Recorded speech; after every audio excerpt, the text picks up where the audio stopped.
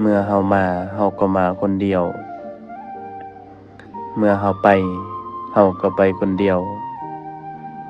ฉะนั้นแล้วเมื่อเฮาเกิดมาแล้วอย่าไปเบียดเบียนผู้ใดเลย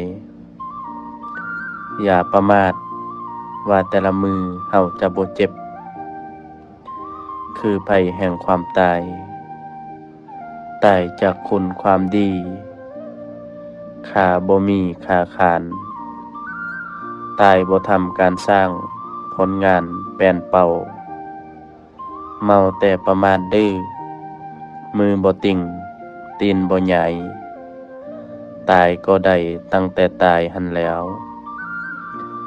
ยิ้มค่าแพงลืมล้นแต่คนมักมัวประหยัดทานเอ่ยใบหน้ายึงคมคัดเครียดก็เลยลืมยิ้มบางที่การงานทิมเมาสิมอารมณ์ใบฟื้นหัวใจมื่นไม่คันภัยยิ้มข่าวได้เด้อทานเอ่ยเฮาทานทั้งหลาย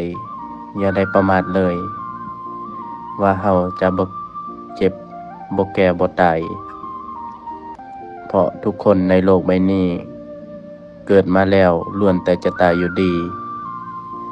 เพราะความตายนั้นมันเป็นธรรมชาติของมนุษย์และสัตว์ของเฮาท่านทั้งหลายอย่าได้เบียดเบียนกันเลยเมื่อเฮายังมีชีวิตอยู่ให้เฮามันสร้างความดีเอาไว้ดีกว่าอุทิศบุญให้กันในตอนที่บ่เห็นหน้ากันแล้วอย่ามัวแต่หาเงินหาคำลายเพราะสุดท้ายเฮาก็จะตายอยู่ดีให้หาความสุขมาเข้าตัวหาบุญมาใส่ตัวเฮาเองเพราะถ้าเฮาตายไปแล้วเฮาเอาไปยังบ่ได้เลย